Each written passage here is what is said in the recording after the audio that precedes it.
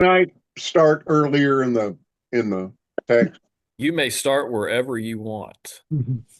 I'm going to start with verse 5. I'm Of reading the 17 or of 7 17:5, or 7 5. 7:5, and I will go somewhere in 8. Mhm. All Yeah. right. 7:5, complete Jewish Bible. Uh, Noah did all that Adonai ordered him to do. Noah was 600 years old when the water flooded the earth.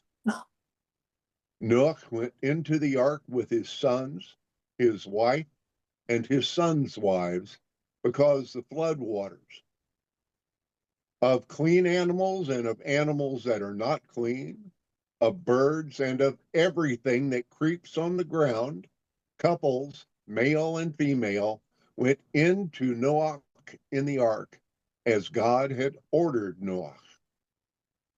After 7 days, the water flooded the earth. On the 17th day of the second month of the 600th year of Noah's life, all the fountains of the great deep were broken up, and the windows of the sky were opened. It rained on the earth 40 days and 40 nights. On that same day, Noah entered the ark with Shem, Ham, Japheth, the sons of Noah, Noah's wife, and the three wives of his sons accompanying them. They and every animal of every species, all the livestock of every species, every animal that creeps on the ground of every species, and every bird of every species, all sorts of winged creatures. They went into Noah in the ark. Couples from every kind of living thing that breathes. Those that entered went in, male and female, from every kind of living being as God had ordered him. And Adonai shut him inside. The flood was 40 days on the earth. The water grew higher and floated the ark so that it was lifted up off the earth. The water overflowed the earth and grew deeper until the ark floated on the surface of the water. The water overpowered the earth mightily. All the high mountains under the entire sky were covered. The water covered the mountains by more than 22.5 feet. All living beings that moved on the earth perished. Birds, livestock, other animals, insects, and every human being, everything in whose nostrils was the breath of the spirit of life. Whatever was on dry land died. He wiped out every living thing on the surface of the ground, not only human beings, but livestock, creeping animals, and birds of the air. They were wiped out from the earth. Only Noah was left, along with those who were with him in the ark. The water held power over the earth for 150 days. Let's see. Uh,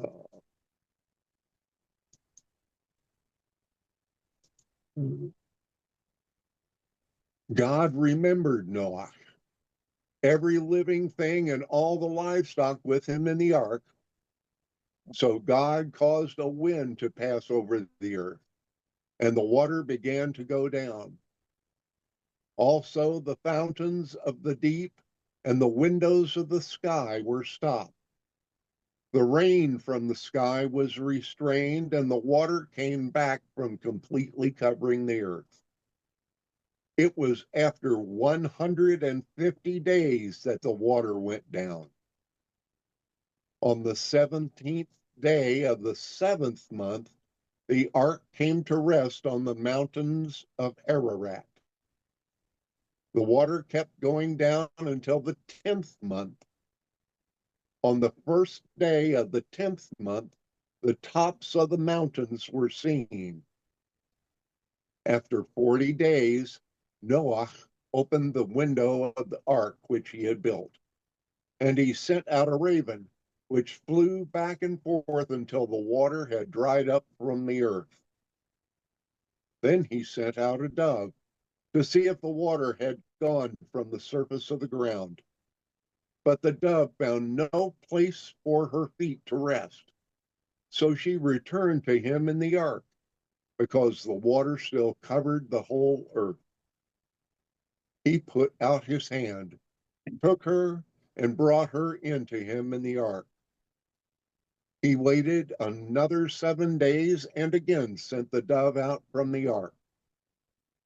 The dove came into him in the evening, and there in her mouth was a freshly plucked olive leaf.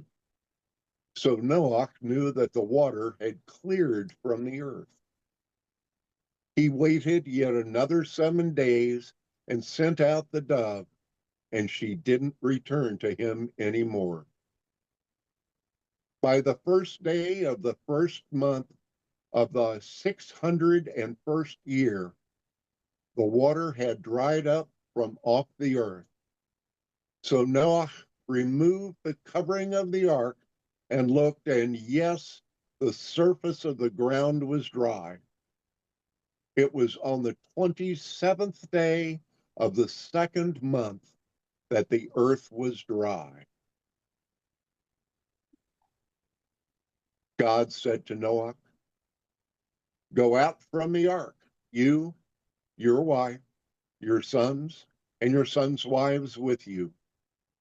Bring out with you every living thing you have with you, birds, livestock, and every animal that creeps on the earth, so that they can swarm on the earth, be fruitful and multiply on the earth." So Noah went out with his sons, his wife, and his sons' wives, every animal, every creeping thing, and every bird, whatever moves on the earth, according to their families, went out of the earth. Noah built an altar to Adonai. Then he took from every clean animal and every clean bird, and he offered burnt offerings on the altar. Adonai smelled the sweet aroma, and Adonai said in his heart, "I will never again curse the ground because of humankind, since the imaginings of a person's heart are evil from his youth. Nor will I ever again destroy all living things as I have done. So long as the earth exists, sowing time and harvest, cold and heat, summer and winter, day and night will not cease."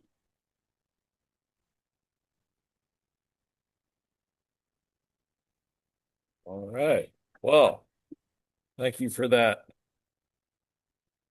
reading. I probably read too much. No, no. I mean, well, the difficult thing with the passage like this is there's so much to look at, and it's just such a grand scale. It's hard to really fathom, Yeah, every living thing being alive. drowned. Yeah. Yeah, And I mean, I don't think we can take that literally though, because I mean, you know me, I always go for the scientific perspective on things, but we would know from genetic diversity, like if the population of any animal species had gotten like that small, like we know that humans got down to like 300 individuals at some point, a long while back. I mean, a long while back, but like on the Ivory Coast or something. Uh, but yeah, anyway. well, we were down to very few. And We're finding out new things all the time. indeed. And there are thoughts about if there was a pole shift or something involved with this, or some kind of an impact, or some kind of there are lots of different Well, the magnetic, talking about magnetic pole shift, because we're due for one yeah, of or some those, and some it kind seems of to be happening. crustal displacement uh and pole shift. And I mean, there are a lot of different theories about what happened here.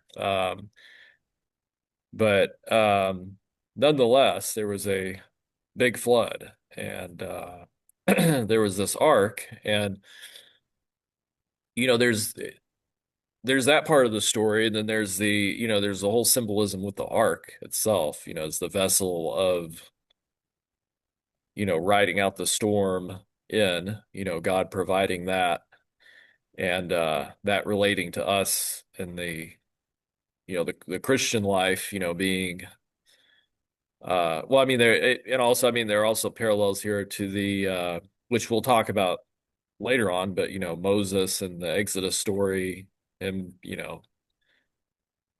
being placed in that uh what was it, a basket or something that floated down the Nile. Yeah. Uh, Yes. uh, and I think we did talk about some of this this actually kind of goes back to the early part of that series we were in last time, the Humanity of God series, because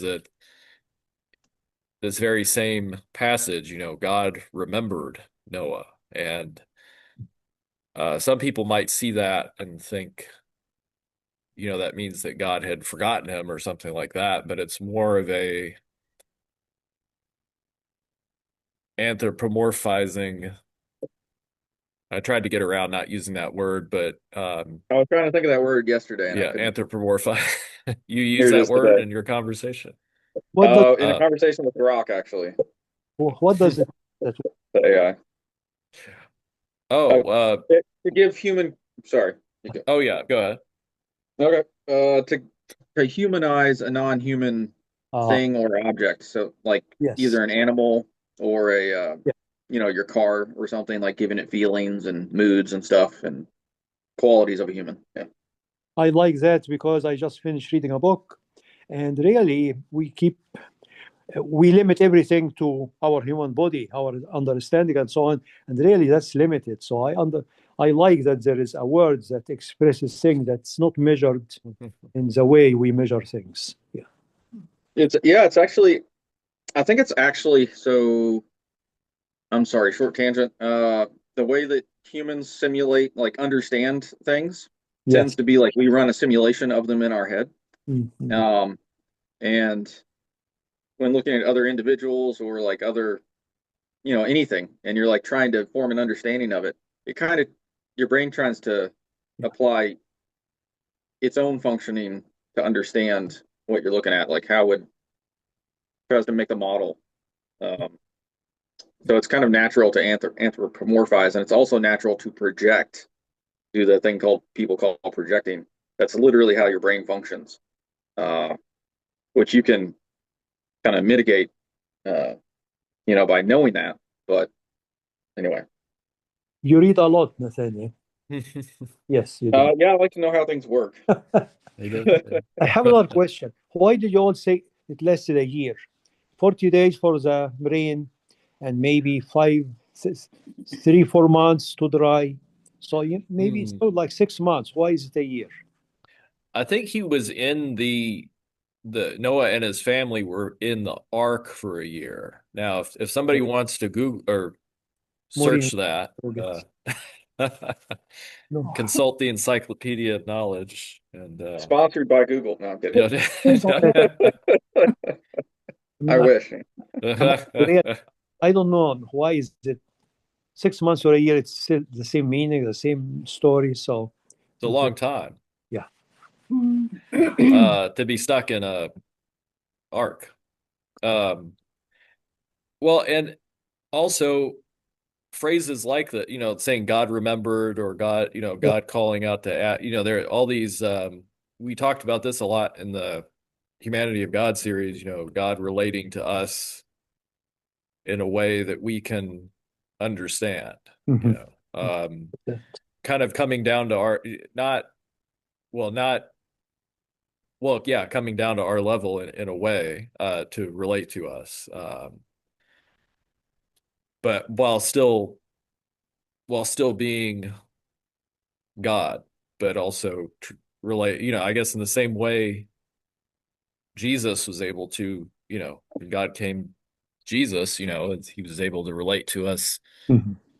Um, so you see a lot of these occurrences in the Bible where God has these human-like.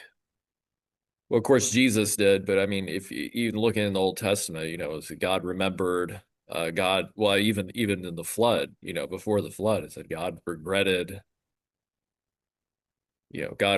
making mankind. But this really is, you could kind of see this as like a second creation, because you have the flood kind of wiping everything clean. And, you have that command to be fruitful and multiply when they get off the ark. What's really interesting about that one verse, though, that we're kind of focusing on, even though we're reading that whole story. Although, well, can I refine that idea slightly?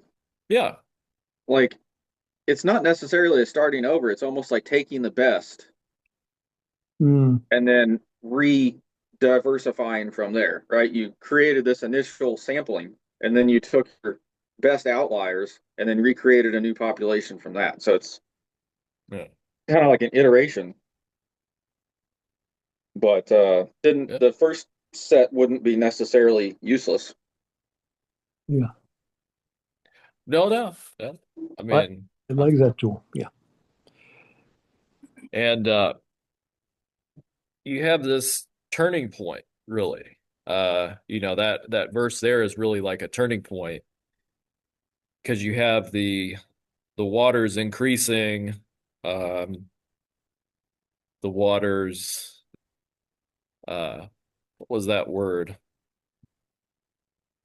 Prevailing for 150 days. Everything getting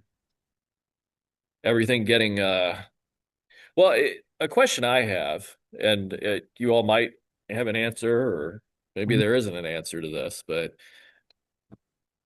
it doesn't take that long for why did God make them stay on the ark that long? Why did God make the flood last that long? Because To really, to make get the sure job everything was done. dead. Well, yeah. That was what I was thinking as it was read. Yeah, I was thinking make sure everything was dead. Yes. Is there anything that would not survive after? I mean, But I mean, anything that was supposed to be like a land land-based is going to animal, be dead yeah. after a couple of hours. Well, if you're talking about like bacteria and I don't know, yeah. But How anything long that's like could, sinks, anything that would sink in water, Yeah.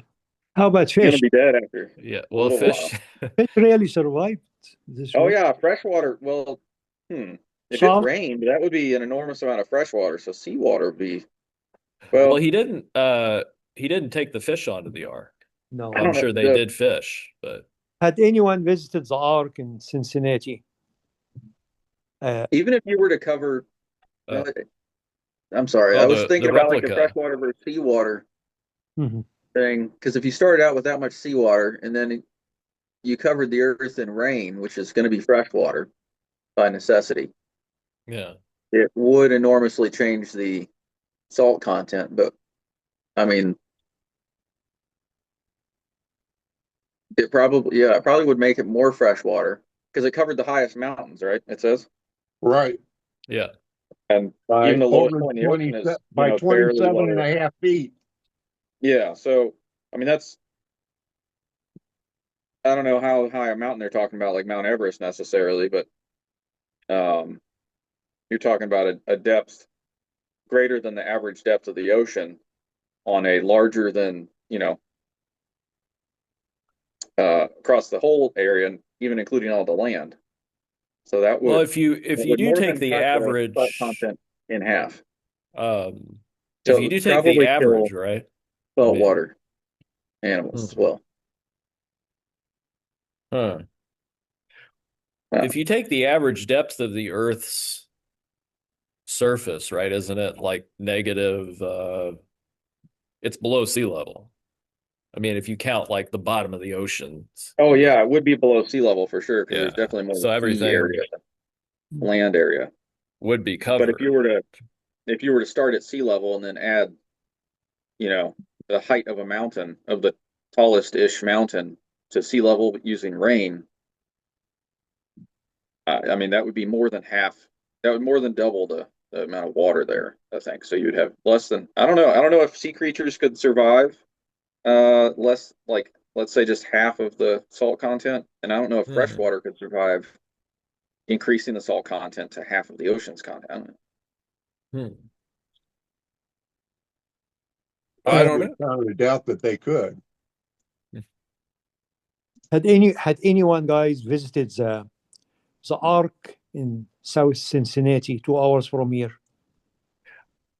My in-laws Well, went there. Uh, and you have to take a bus to well, you park somewhere and you get on a you can't just drive up to the Ark. I maybe 8, 10 years ago, we had a couple from Canada with missionaries and visited us, and they wanted to go, and I took them and I went. We Oh, how drove. was it? It's like Disney World, really. You park in the market area and you walk to the Ark, and it's really amazing. There is a hotel for people who spend overnight, but certainly we were able to visit, to drive the 2 hours, starting at decent hour, 8, 9 o'clock, visit the Ark with 3, 4 levels, I think. I am not sure. I forgot. Then stop at Cracker Barrel and had dinner and drove back the same day. Hmm. And it was so good. It's like if you have doubts, if you worry about the dinosaurs, there were dinosaurs certainly on land. So where did they go and what? Your face will be deepened and strengthened after the visit. Hmm. And actually, Dr. Hanna was telling me, he said, the world was vegetarian. And that's why you had the lions and, everything in the ark, and they did not harm each other, maybe. And for the dinosaur, they did not take the big dinosaur, the baby dinosaur, because a baby child is smaller than a Hmm. big man. It's true. That's what you see there because Hmm. Maureen is looking at me. It's really very interesting, Well, very interesting. And it's when they visit Nathaniel. If you have any interest in visiting, I promise you, if you have the time, we can take you and we have a. but We can, yeah, I think wasn't it built in Kentucky? Am I remembering yeah, incorrectly? yeah, it is in yeah. Kentucky, yeah. North Kentucky, which is Like yeah, the across the river from Cincinnati then. like Yeah, Zayana. it's in Newport. Yes, Oh, Yeah. okay. And there's Yeah, also an I had forgotten aquarium about there. that. I'd yes. be interested in Aquarium that. will be another. Although I will say, Nathaniel's been to the dinosaurs and aquarium. humans did not ever coexist because mammals didn't evolve to be larger than after the dinosaurs were killed. But Well, I now, would like to go to As the. far as Yeah, we know. say as that. far as we but certainly we have passages like Daniel in the lion's den where, it does say that God shut the mouths of the Yeah, lions. yeah, you are right. Yeah. So it's Yeah, possible that, lions were there. a Oh, big part of the equation here is, God was enabling Right. this to happen, however however it did. So, I mean, I know that's kind of not a, but I mean, I guess that is kind of how I see it, however God worked it out, uh, it worked out. Now, the account we're given is there is debate about how much of phrases like the whole earth, how there are different interpretations about what that meant, the known world or Yeah. the, Well, and then that kind of theory, which we might have briefly spoken about, William, where like that shift happened in the Sahara or something like southwestern Africa and might have caused like water to cascade across the continent or something like that. well, you do There's have some big evidence for that. streaks of if you look at a satellite Yeah. image of like the Sahara, like That has to across do with like a possible like Atlantis massive water formation. flows. Yeah, you have these like evidence of massive tidal waves and water flows across the Sahara. And apparently Egypt was, so Yeah. we know that there have been huge shifts. Apparently Egypt was green Yeah.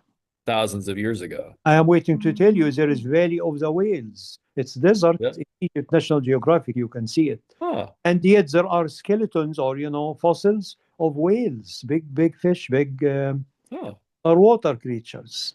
And it's in the desert, which means that, or you can find shells that was the bottom of a sea or an ocean before. So really, I mean, that's another thing. We look at things now, we measure it with the word we know. And certainly the unknown is more than what we know. Oh, yeah. Yeah. Yeah, I mean, 100%. I mean, it's definitely the Earth has looked very different in the past than what it looks like today, for sure. And there have been periods of great and sudden change, like the event described here. Now, I still wonder though, what now certainly you could say God was giving things time to die that were meant to, die, right? With the flood lasting so long. But what do we make of this period of waiting that Noah and his family had to do inside this ark? Of course, we can kind of see parallels with this and periods of waiting that we go through. I don't think God told Noah how long he was going to have to be on the ark. Is that right? I don't, yeah. He just I said, don't think so. he just said, get on the ark. And Yeah, get in the ark. don't ask questions. Build this first if you believe in More it. information later. It was just an act of faith. Yeah. Did what he was told to do. Yeah. And I mean, there's that whole, act. It took him how long to build the ark? Didn't it take him like 80 years, or was that? I don't want to say something that's not in the Bible, but I thought I came across that somewhere, that there's some way that he spent an enormous amount of time building this. Huge thing. Yeah. I mean, it would have taken, I mean, I guess if you just kind of do the figuring on it, it would have taken him, I mean, yes, a long time. Oh. And he would have been building this without, I mean, that's another act of faith. He would have been building this massive structure without any proof yet that this, God just said the flood is coming someday. What's the name of the big equipment company? Deere? Is it Deere? Yeah. About big companies or hydraulic and all of that. Yeah. And he has to create the wood. Now the wood too, isn't that the same, or well, I guess it's the pitch, that phrase, the Moses and the Moses in the basket, right? There was well, the ark was made out of gopher wood, right? And Go for but it was watertight, I think, with What the heck is gopher wood? what is go for? it's well, what is I've never gopher? heard that. I'm Uh, not disputing it. I'm just saying I'm surprised by that fact. we have a researcher in our midst who could tell us. Now, according to Siri, it says acacia wood. Oh, acacia Oh, wood. okay. What? Yeah, I think that's a common tree over there, right? But there are boats in Oh, Egypt wait a from minute. the No, pyramids. apologize. According to Genesis 6:14, Noah's ark was constructed from, quote, gopher wood and sealed with pitch. The exact identity of gopher wood is unknown, as the term appears only once in the Bible, but it is widely believed to be a durable, water-resistant, and resinous wood like cypress, cedar, or pine. So, Huh. Huh. Well, it couldn't have been pine or gopher wood. or Yeah. it could definitely. I mean, there's no cedar or pine over there. But Oh, yeah. Cedars of, Cedars Yeah, of there's Lebanon. cedars of Lebanon. Really? Oh, yeah. yeah, Yeah. I mean, I know they have a lot of mountains over there that people don't tend to think of, and it gets like cold up in the mountains and everything. They have Yeah. enormous cedar trees in Lebanon. Yeah. Mhm. I had no idea. I did not think the Middle East had any cedar. Oh yeah. Oh, okay. i- in Egypt, if you beside the pyramids and before the pyramids and after the pyramids, they were built. There are boats. They transferred actually the granite from south of Egypt all the way to north of Egypt in the Nile River on boats, and they were fishing and hunting and all that. So really, Oh. the boating is just much older in construction and function than we think. So, Hmm. of course, I think Noah maybe was before that, but still, Yeah, gopher it's wood. possible. While some speculate it could be acacia, known for strength in other Bible accounts, the consensus remains that gopher wood is a specific lost term for a durable timber. There you go. Now, what do we make of we have the turning point as it says in 8:1, God remembering Noah, and then gradually the waters recede, and everything slowly, very slowly goes back to, well, not back to how it was, because it's very different after this, but it habitable, I guess. What do we make of, because I'm sure Noah was wanting to get out of the ark, or was he? Could it Yeah. have been a instance where you're in this thing that has been keeping you, this vessel that God has used to keep you safe, Right. or was it also an act of faith that he didn't immediately get out of the boat?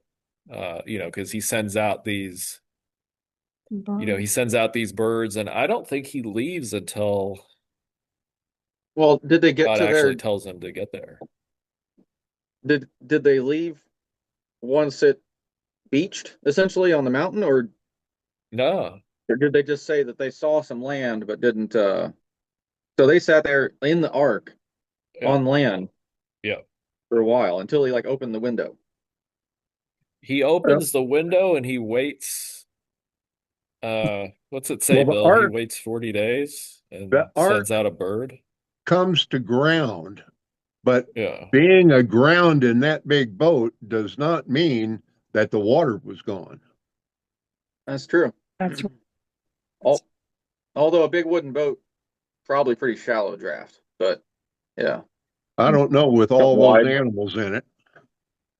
A lot of empty space. For some reason, I have this picture in my mind of when it Go comes ahead. to, like, when it finally sits on the top of that mountain that's like in modern day Turkey, right? That's what I have. That's right. Yes. Yeah. That it, like, when it finally when it, like, they hit, like everything moving around inside there, like kind of, I don't know. I just have that image in my mind. But it must have felt different, of course, because you're used to being on the, I mean, well, is the Ark the same size as an aircraft carrier? That's And I mean, you I kind don't of think, sense the movement, honestly, right? I don't think you can build a wooden structure ship that can be the same length as an aircraft carrier without it just inherently breaking. Hmm. The ark in Cincinnati, certainly it's not as big as a carrier, just like a big building, and certainly no elevators. Still, you can walk in it, but it's not as huge as we think. And they are saying that it's exact the same parameter that were mentioned in the Bible. So it's a It's big. kind of like a football field, right? Or Well, like about that big. what's the, I think they give dimensions, not in today's units, but Yeah, they do. In cubits, right? yeah, It that's is. what I was thinking was cubits, like 100 or 300 cubits or something. I don't know. When you said about football field, that sounds right. It had been a few years since I have been there, but that sounds really right. 300 cubits. Mhm. Yep. So that's 450 feet. So a football field and a half. That's good size. Yeah. Breadth of 50 cubits and a height of 30 cubits. So there you go. Kind of cigar shaped, sort Yeah. of. But a big ship. Yeah. So Maybe a it's big, 10%. So it's 10% as high as it is long, and then yeah, it's 1/6 as wide as it is long. I think so. Yeah. Any thought? That's actually kind of more lengthy than I thought. Like Yeah. that's narrower than I was thinking comparatively. We have our car, one of them at least, it can take 7 passengers, including the driver. Really, we are willing to take 5 more people with us and make a day visit and come back the same day. Either when It'd be a Yeah. neat neat before field and trip. before and during. Yeah. Well, then you're eventually coming back here. We won't give away your location, but you're No, Well, I'm still I still get a lot of leave that I kind of have to use during a certain time period. So good. Nice. I wonder if um, they have electric carts we could rent. to go into the yard. only Yeah. the kind that Noah used. That's only. I think they might really. I don't remember. It was a weekday, and Yeah, I mean, would not like to having it think that wheelchair they, accessible would be a problem, I would think. yeah, I think it's they would do They probably that. have ramps. Yes. They should, yeah. Yeah. Mm-hmm. Um, so I mean, we definitely see in this story, parallels between periods of waiting in our lives, right? With uh God giving us instructions and, following and obeying in faith. I mean, it certainly would have, when they finally saw the flood come, I mean, that would have been certainly a powerful sign that, like, yeah, okay, this is happening. But you would think after a while, you would almost feel like, now we're not told how much communication Noah had with God while he was on the ark. Um, but you would think he would feel a little bit, um,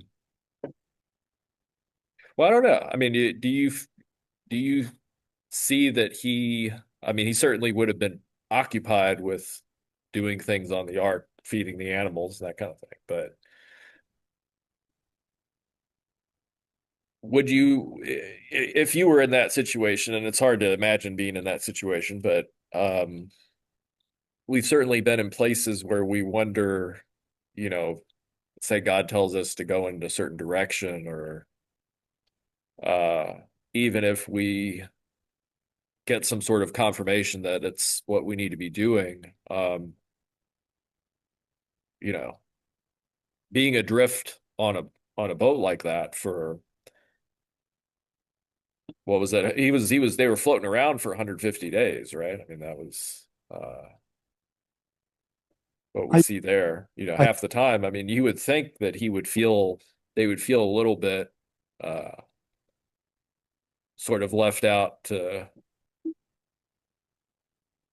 I think we did not know that he did not communicate with God, certainly, because, he didn't say that. And the faith that led him to believe, build the boat, get in the boat, and follow exactly what happened, and to see that really it was faith in the right place, that's enough to keep him in the boat, because he knows if God wants him to go out, he will tell him, or, he will see it happening. So maybe the feeling of abandonment is much, much less likely. And apparently, his 3 boys and his wife, they believed him too. Yeah. Well, and I mean, that is a good thing that they did, not like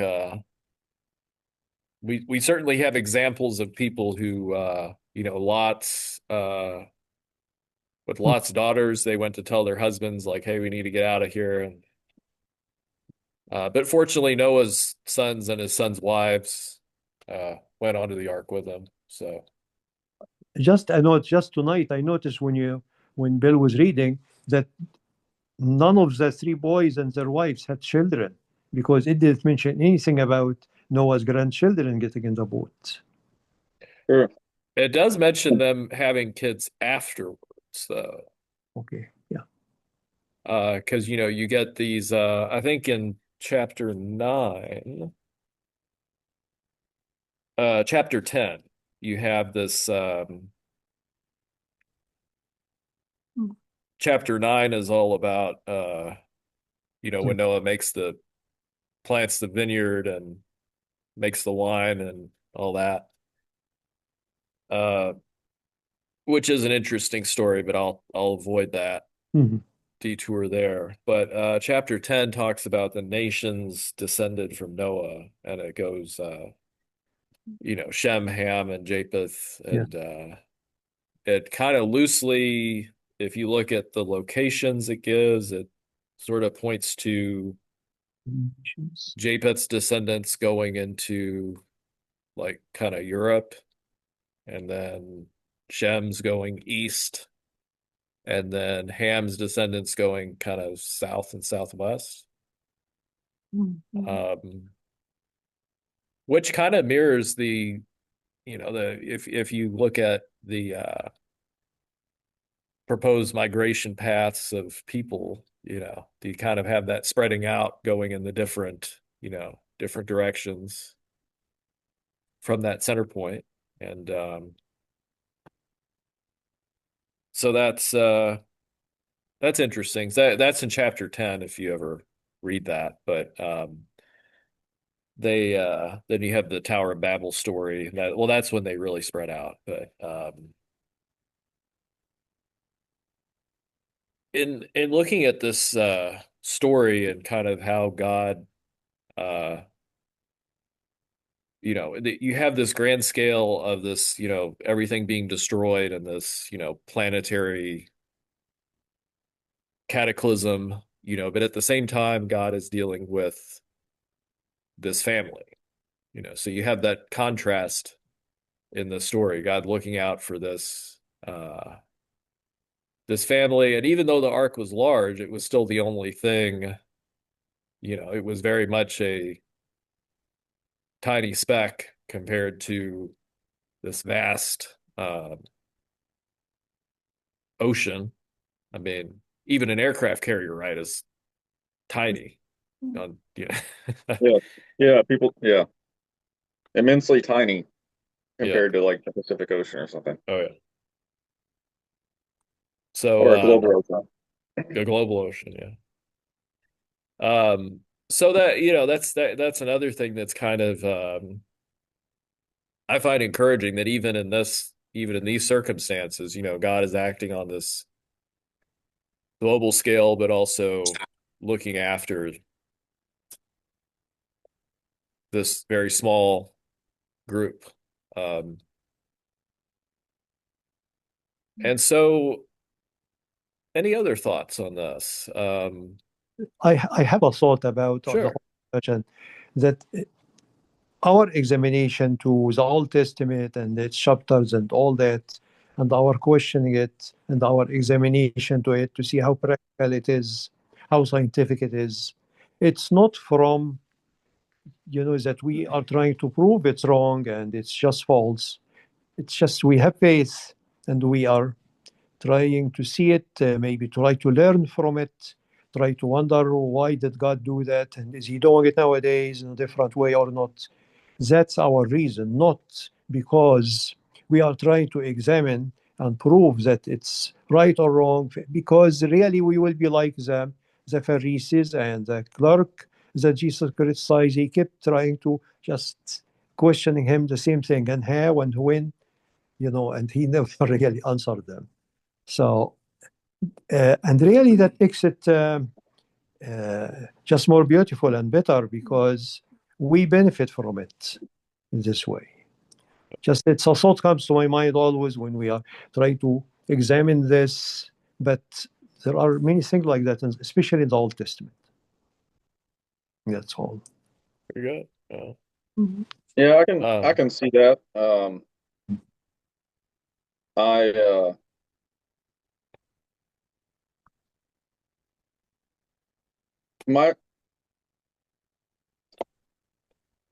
I guess my perspective on that would be like, I've been, I would have been created and placed in a world that seems to follow rules, Yeah. Which are definable. Yeah. And then to then expect me to be willing to form conclusions based on things other than the rules that a world does seem to follow would to me seem unreasonable. I'm personally not willing to sacrifice or like set aside reasoning in my understanding of things, but I can certainly accept learning lessons from things, regardless. I don't think God wants us to set aside reasoning. I can't do that. Just being honest. What I'm saying is, I don't believe that God wants us to set aside reasoning. Oh, I thought you just said he does want us to. No, he does not want us to set aside reasoning. Yes. Or he would not have given us the brains that we have. I do see that's a good point. Something else to keep in mind with Genesis, especially, and even the further back you go in Genesis, the stories get kind of compressed. I guess that's the best way of saying it. Yeah. Like the more you go back in time, I mean, it's certainly true, but it's also, it's more of a, I don't know how to describe it, but it gets, you definitely see as you go forward in Genesis, like as you get to the end of Genesis, it gets very specific with, this, Joseph went to Egypt and he had these brothers and they had this happened and there was a famine and they saved up the grain, and you get more details. Yeah, you get more of a yeah. I was going to say full picture of the world. Yeah. Later on. But really, I mean, it seems like before the Tower of Babel, it's very general, the way it talks. So the book I just finished, they are referring a lot to the Dead Sea Scroll. Dead Sea Scroll, it's a very historical scroll that were discovered in a cave around the Dead Sea, in Israel, and it's in the museum in Jerusalem, and I had seen it there. And really, what's so special about it? It's a historical, scientific, all that documented, and yet it says Daniel and Zechariah and so on from the Old Testament, to say that the Old Testament was written really in it. I mean, I don't know the whole details, but there are things, scientific things. I read a book maybe 15 years ago and it's just proving that what we read in the, I think the New Testament more, it's all can be true or proven true too. So anyone who is interested, just try to Google Dead Sea Scroll, and it's right there. You can go and see it tomorrow or next week, and just it has a lot of significance. Well, that certainly is one of the Interesting. strong pieces of evidence for, Jesus fulfilling all these prophecies, as the Messiah. Yeah. One objection was like, well, they just wrote all the prophecies after he, Yeah. They just made those up afterwards. But the Dead Sea Scrolls, Correct. predate, Yes. predate Jesus, of course. So it shows Yes. that it wasn't like they didn't what's that called? Retro, where you go back and Retcon. you retcon. They Retcon. didn't retcon Jesus. So That's one of the prized Dead Sea Scrolls, isn't it? That they have is a complete copy of Isaiah, Uh-huh. Yes. Yeah. which is one of the richest in prophecies about the Messiah. yeah. And they have that actually, I think, uh, um, uh, put up so people can see it in the center of the Dead Sea Scroll Museum there in Jerusalem. Mm-hmm. Yeah. Another note, Bill, when you were reading the Bible, I like it, the Jewish translation that you read it, because in Arabic, Noah, his name is Nuh, and Sam, Ham, Yafus, the three boys. So it's the same name in Hebrew that you were reading, which is a little bit different than English. Interesting. Yeah. Same people, Same Yes. people. same part of the world. Yeah. And I know that I butcher the translations. I know I can't be right. But I'm close. I try. Thank you. What's the on that? What is the meaning of a translated name? Because it's not a word, I don't think in this case, right? I mean, No. it's just Noah. So, Yeah. Did they just change his name in the English speaking documentation so it was more palatable to people during the Middle Yeah. Ages or something? Or? Because there are letters like Nuh, the Ha, it doesn't exist in English. So they say sometimes H, like Khalil. My last name in Arabic is Khalil. And so So there's actually a sound yes, that doesn't exist. Really? there's different I was spelling. under the impression that there were only a couple of languages that. Anyway, I thought English had all the Come on. What are those called? Come on. The individual sounds, phonemes. Well, it could be a simplific, it could be just you would have to spell it in such a way that it would be, So close. yeah.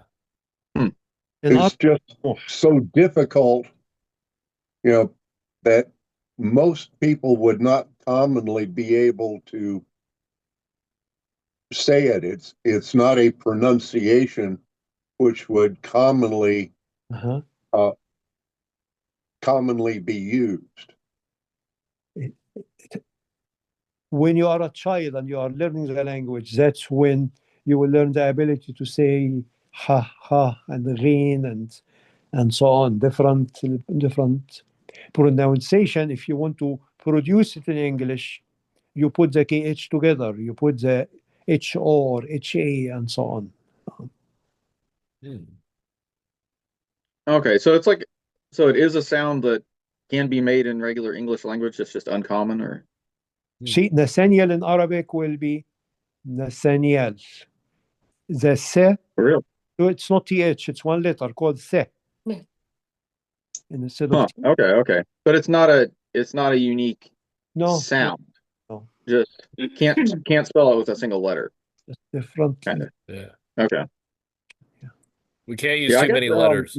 You were saying like as a young child you learn to say the different sounds, and Yes, yeah, I absolutely. guess Yes, yes. I guess babies, if they've like listened to babies, and like their little baby talk, Yep. and they found that young babies actually try out every possible sound we can make in their baby talk. But Mhm. if the language that they're learning doesn't include those sounds, they go away. Hmm.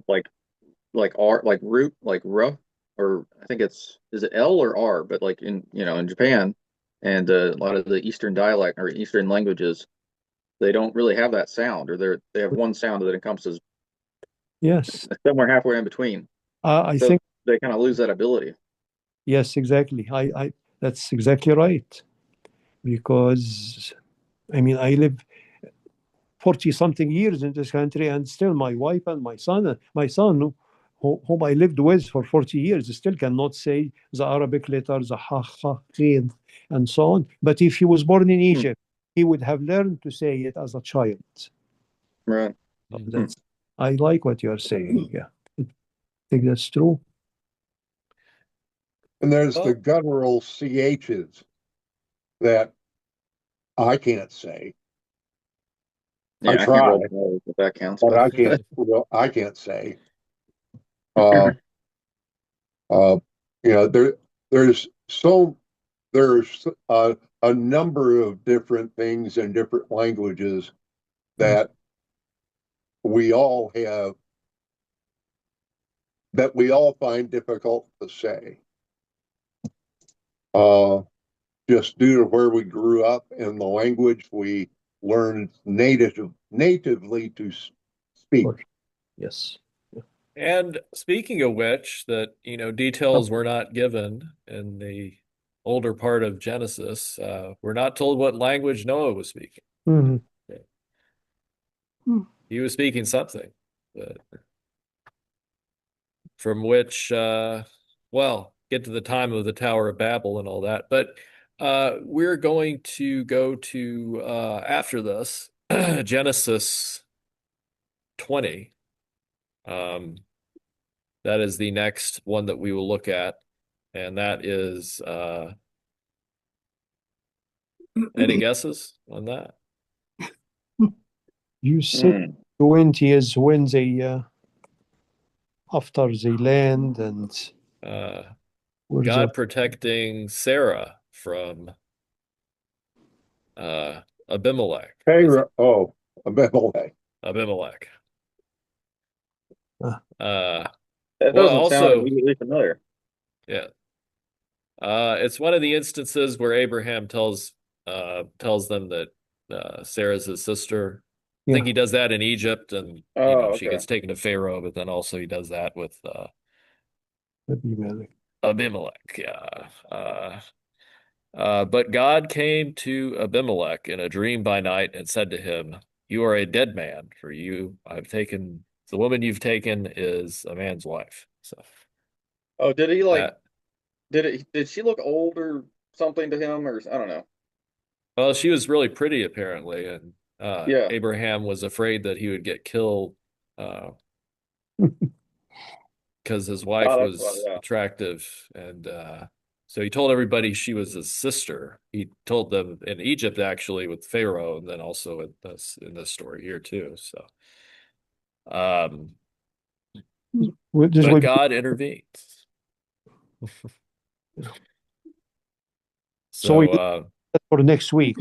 that's next week. Yes, so we'll have some time to prepare, and if you check out the website, I have it set up that it should automatically show the verse or the passage. Once you get into, I think Monday, it should change over and show the new passage. And I have it set up so that it uses a Bible API. And anyway, but so it should be fairly automatic. So it should show up on there. And I guess that's all for now. Unless we have any other Well, what are our takeaways? Mhm. Ah, yes. For today? I did, I Morning. did wanna Yeah. wanna say something about about back in the poor earthing and getting wet.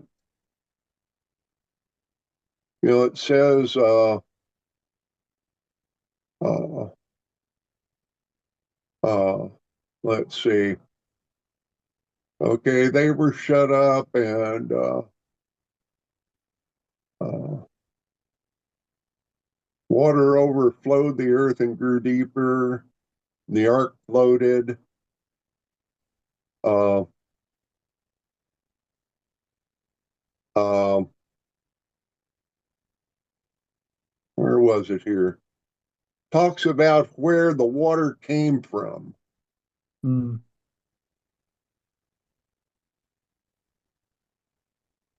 Remember that?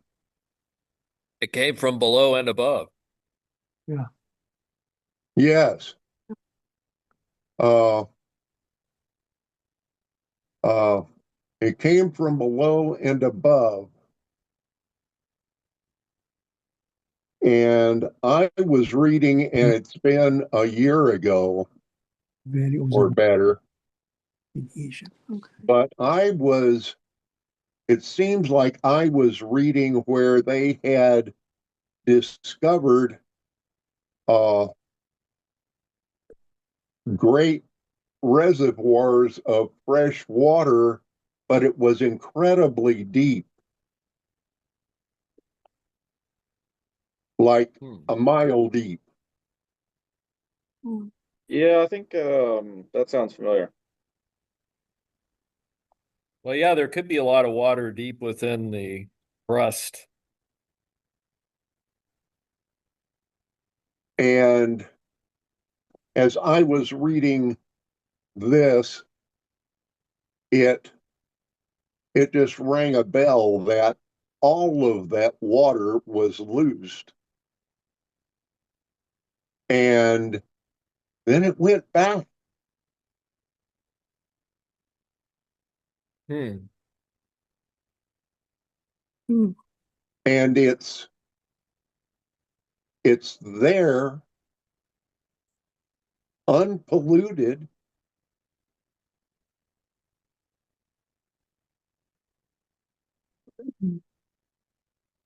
And nobody talks about it much. Of course, I don't know that we have drilled a mile deep for anything. I mean, there is a lot of water underground, and There's that borehole in Russia that they spent like so long making. That's the deepest hole in the world. I don't recall its depth, but anyway, doesn't matter. Oh, I think but a mile uh, deep. I mean, there are reservoirs. I mean, there's a lot of water underground that we don't really often think about, and I mean, even here, you can go into a certain spot in the basement here in that hallway that it's not it's the hallway that is like the utility hallway in the basement that Oh, I yeah. don't know if you've been here. Yeah. It's like a big tunnel, but most people don't know it exists, but it's down there. And at the end of it, there's this wall that has water coming out of it all the time and draining into this thing, and I guess it's getting pumped out, but you can go down there 24 hours a day, 365. There's always water coming in. It's Interesting. because they built the building on a spring. I think they did. Yeah, I've heard that said. I've heard Those, Patrick say that it was yeah, built on a spring. yeah. No wonder, Bill, you don't live here. Could I But something Spring Tower. from my heart? Can I just share one thing? You know, Sure. I so appreciate reading the Bible and reading the words and really trying to understand it and make sense of it for myself. But, I feel on some level too, I just have to take what it says and and accept it and appreciate it and recognize that I'm not going to always understand everything it says, perhaps. And if it doesn't say, then I accept that it doesn't say. And I feel like sometimes we try to bring God down to our understanding rather than appreciating the enormity, the complexity. We can't even conceive of it. And so I just, I don't have a difficult time taking things on faith because I just don't. I feel like I'm willing to believe and, understand that I may not, there's many, many things I'll never understand that I can accept on faith. Yeah. And it's certainly true that there are a lot of ways this could have gone down. And the way it's described in Genesis, but God used water to sweep, to kind of, I mean, well, it's not really a reset, but it's, it was. Maybe he just caused it to dry up immediately. I mean, Maybe, yeah. I mean, I guess he could, yeah. He Yeah, created the water in the first place, so. we try to give it my I don't use Facebook a lot, but it's too much. well, I mean, I guess it doesn't matter. I have a little quote in there that says, "Awe does not long survive being counted." And like I think that's the same kind of thing. Like if you like very similar phrase, like don't meet your heroes, or I tend to think of like Star Wars, like how they've like explained everybody's backstories at this point, whereas before, like with the original Star Wars movies, everybody was kind of more mythical, where they had these very vague backstories, and you kind of felt this sense of like, oh wow, more awe. But anything similar to that, it's like once you've counted and specified everything, it does tend to get rid of that sense of awe. And yeah, I think you lose something there for sure. Well, that's certainly how at least the first half of Genesis is really conveyed. It's very it shares events that happen, but also it shares them in a way that, it doesn't give us like it's not told in the same way as if I were telling you about, I went and I took Star out to walk earlier, and we walked around the building, and we stepped on some ice, and she tried to eat a piece of fruit or whatever, and I pulled it out. It's not like I'm telling you like an event like that. It's you've got thousands of years packed into like a few chapters, and Yeah. it kind of hits the highlights and the important things you're supposed to know. But it doesn't tell you what Adam ate for breakfast. Yeah, the mundane. Yeah. Anytime you've got so room for interpretation, I think it lets your imagination chew on it. Once you've yeah.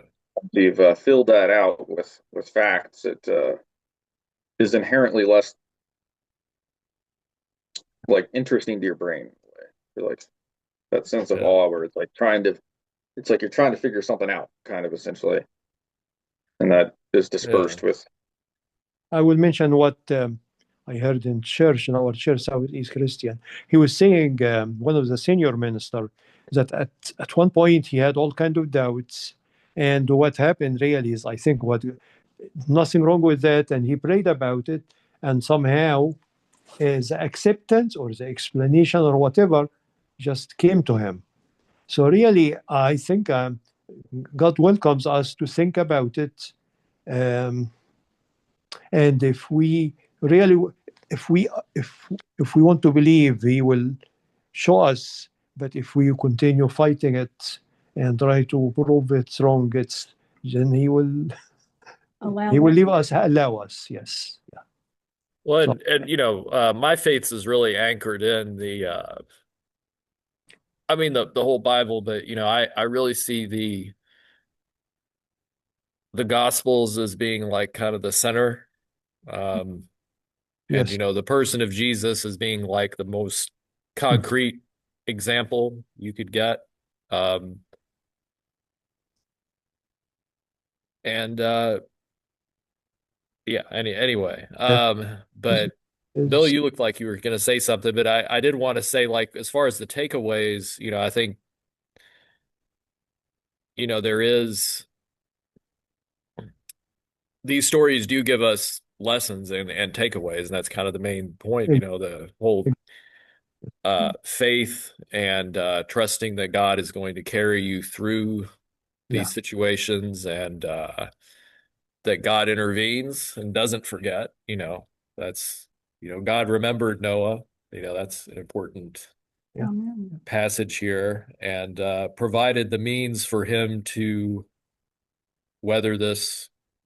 I mean, it was more than a storm. It was the biggest storm there ever was, I guess. But you know, it was that's what I see in this. But Mhm. Bill, you had your finger up. Yes, sir. A couple of things backing up just a little. Uh, you know, I I grant you that there are a number of things we're not supposed to take the scriptures and worry them to death and try and figure, oh, just worry them to death and figure it out. Uh, but I do believe that You. you know that the text, what God has provided us in the text, is there to help us understand Come here. who He is. Come here. And He's given us these words to help us in that endeavor.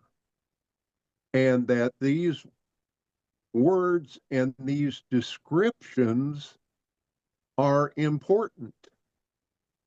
Now, it's not that we're supposed to figure out all the little, perhaps, curiosities and mysteries that with which we're presented in these texts, but that's one of the reasons why I like looking at a number of different translations, is because I don't understand Hebrew. I don't understand Aramaic. You I know, don't understand the Greek. And I have to rely on other people who are more learned than am I in presenting me with this variety of presentations so that I can pray about the text and read it in a few different forms and glean what God wants me to understand, because I, on one hand, agree with you, William. The New Testament, the Gospels and the New Testament is incredibly important to us. But on the other hand, we must remember that Jesus is the Old Testament. He is the embodiment of the Old Testament. And I don't know when in my studies he hit me over the head and beat that into me. But I know at one time in my studies, I had that separate. I was looking at the New Testament and seeing Jesus as separate somehow, and focusing on his teachings, and I had forgotten or not connected with the fact that the person that Jesus is what we are given as God displayed in the Old Testament.